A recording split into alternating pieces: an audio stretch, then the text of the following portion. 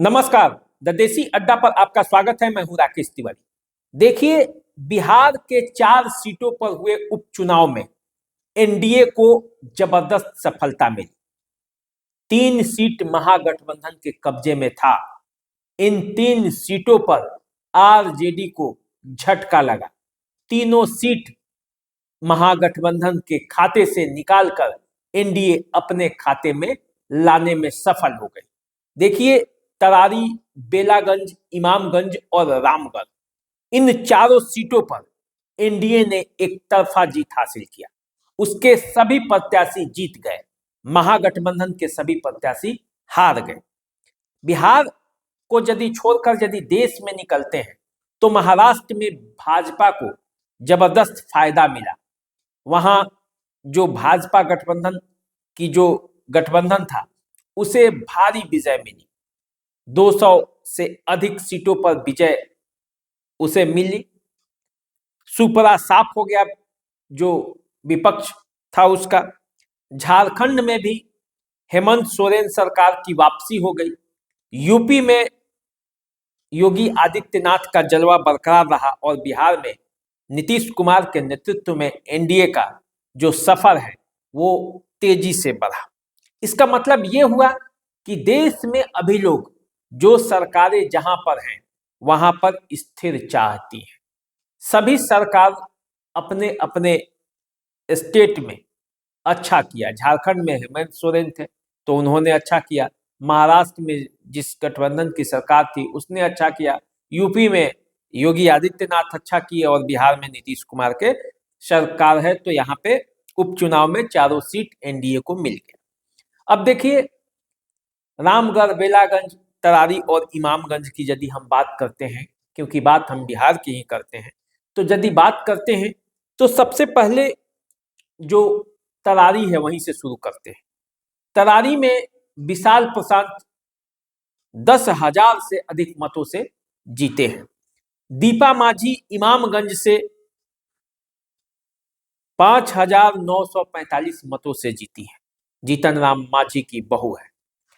अशोक कुमार सिंह जो बीजेपी के नेता हैं, रामगढ़ से 1,300 मतों से बीएसपी के प्रत्याशी सतीश कुमार सिंह को पराजित करती है।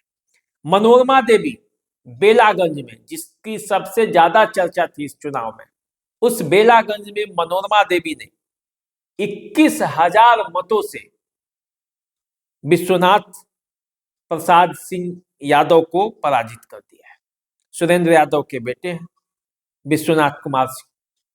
तो कुल मिलाकर देखा जाए तो चारों सीटों पर एनडीए ने जबरदस्त सफलता हासिल की। सबसे ज्यादा वोट से वहीं से हराया जो सबसे ज्यादा चर्चा में थी और जिसको सबसे ज्यादा अवैध दुर्ग माना जाता है, बेलागंज, जहां सुरेंद्र यादव जिसके पुत्र विश्वनाथ यादव हैं उनका अवैध दुर्ग है। लगभग 34-35 वर्षों से इस विधानसभा क्षेत्र पर उनका जलवा था। वही यहाँ के विधायक थे और वो जब जहानाबाद के सांसद हो गए तो ये सीट खाली हुआ था और वहां चुनाव लड़ा गया। मनोरमा देवी यहाँ से 21,000 मतों से जीत गई। तो जो जीत मिली है पहले उस पर थोड़ा सा चर्चा कर लेते हैं। तो तरारी में विशाल प्रशांत ने अपने प्रतिद्वंदी भाकपा माले के राजू यादव को पराजित कर दिया। राजू यादव इससे पहले आरा के सांसद का चुनाव भी लड़ चुके हैं। सुदामा प्रसाद के खाली होने से, सुदामा प्रसाद के यहाँ से सांसद बन जाने की वजह से ये सीट खाली हुई थी और तब वो यहाँ से चुनाव लड़ रहे थे।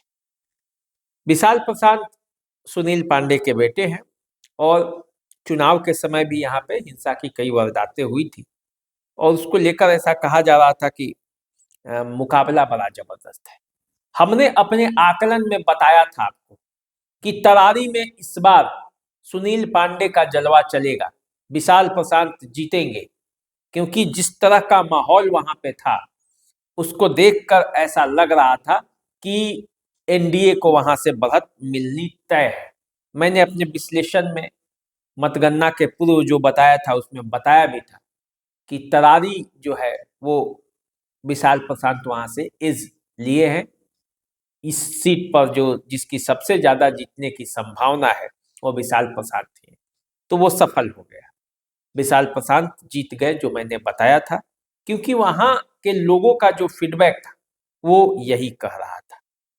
अच्छा देखिए, चारों सीटों पर मेरा जो आकलन था उस आकलन के अनुरूप ही फैसले हुए हैं। मैंने जो आकलन किया था इमामगंज को लेकर कि इमामगंज में रोशन मांझी और दीपा मांझी के बीच जबरदस्त मुकाबला है, उसमें रोशन मांझी का पलड़ा भारी हो सकता है। कब? जब मांझी वोटों में बंटवारा हुआ होगा। लेकिन मांझी वोटों में जो बंटवारा था वो उतना नहीं हुआ जितना होना चाहिए था। जो जो रिजल्ट बता रहे हैं उसके हिसाब से देखा जाए तो दीपा मांझी जो है वो किसी तरह इस क्षेत्र में जीत गई और 6,000 लगभग, मान लीजिए कि 5945 मतों से वो जीती हैं। तो लगभग 6,000 मतों से वो किसी तरह जीती हैं। इसका पर भी हम विशेष समीक्षा आपको करके बताएंगे कि क्या हुआ दीपा मांझी और वहां का पूरा खेल क्या है। अशोक सिंह जो 15 में रामगढ़ से विधायक थे, उनके किस्मत में एक बार फिर रामगढ़ की विधायकी लिखी गई। पिछले बार जो चुनाव हार गए थे अंबिका प्रसाद सिंह यादव, जो कि बीएसपी से चुनाव लड़े थे, दूसरे नंबर पर थे, आरजेडी पहले नंबर पर थी। इस बार उनके भतीजे चुनाव लड़ रहे थे और वो फिर दूसरे नंबर पर अटक गए, 1300 वोटों से हार गए वो चुनाव। आरजेडी जो जीती थी चुनाव वो तीसरे नंबर पर चली गई और जो तीसरे नंबर की पार्टी थी बीजेपी वो पहले नंबर पर आ गई। तो रामगढ़ में यही खेला हुआ। जगदानंद सिंह का यहाँ इज्जत दांव पर था। तो अब आप समझ सकते हैं कि मतदाताओं ने जगदानंद सिंह को यहाँ से नकार दिया, परिवारवाद को नकार दिया और उसी का परिणाम हुआ कि यहाँ से चुनाव वो हार गए उनके बेटे। मनोरमा देवी 21,000 मतों से जीती है। मनोरमा देवी को लेकर ये कहा जा रहा था कि यदि यादव मत, यदि मुस्लिम मत में बंटवारा हुआ तो मनोरमा देवी की जीत तय है, और हुआ वही। बेलागंज में जिसकी जिसकी साख दाव पर लगी थी सबकी साख वहां डूब गई। लालू यादव भी यहाँ चुनाव प्रचार करने आए थे, कई बड़े बड़े महारथी यहाँ चुनाव प्रचार करने आए थे और मनोरमा देवी अंततः यहाँ से चुनाव जीत गई। जनता दल यूनाइटेड जो 2005 के बाद लाख प्रयास किया, प्रत्याशी बदल बदल कर चुनाव लड़ा लेकिन जीत नहीं पाया, जनता दल यूनाइटेड के लिए ये एक इतिहास बन गया।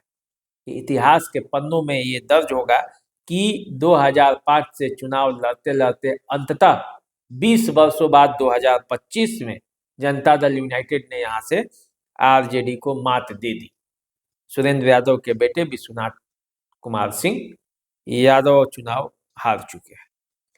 4 सीटों पर जो ये चुनाव हुआ, यहाँ पे कुल 38 कैंडिडेट थे।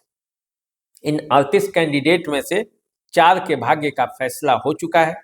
बिहार में इन चारों सीटों पर एनडीए का कब्जा हो चुका है।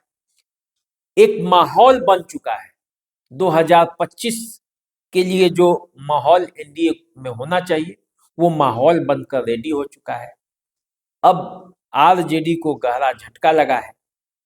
इन तमाम झटकों के बीच जो खबर है वो यही है कि चारों सीट पर आरजेडी का सुपड़ा साफ हो गया है, महागठबंधन का सुपड़ा साफ हो गया है। 3 क्षेत्रों में चुनाव लड़ रही थी आरजेडी, एक पर माले, सब के सब साफ। तो चलिए आप हमें इजाजत दीजिए, हम आपके लिए विश्लेषण लेकर आ रहे हैं, एक से एक सभी क्षेत्रों के बारे में अंदर अंदर की खबर हम आपको बताएंगे, सारे बात बताएंगे। आप हमारे साथ बने रहिए, देखते रहिए द देसी अड्डा। नमस्कार।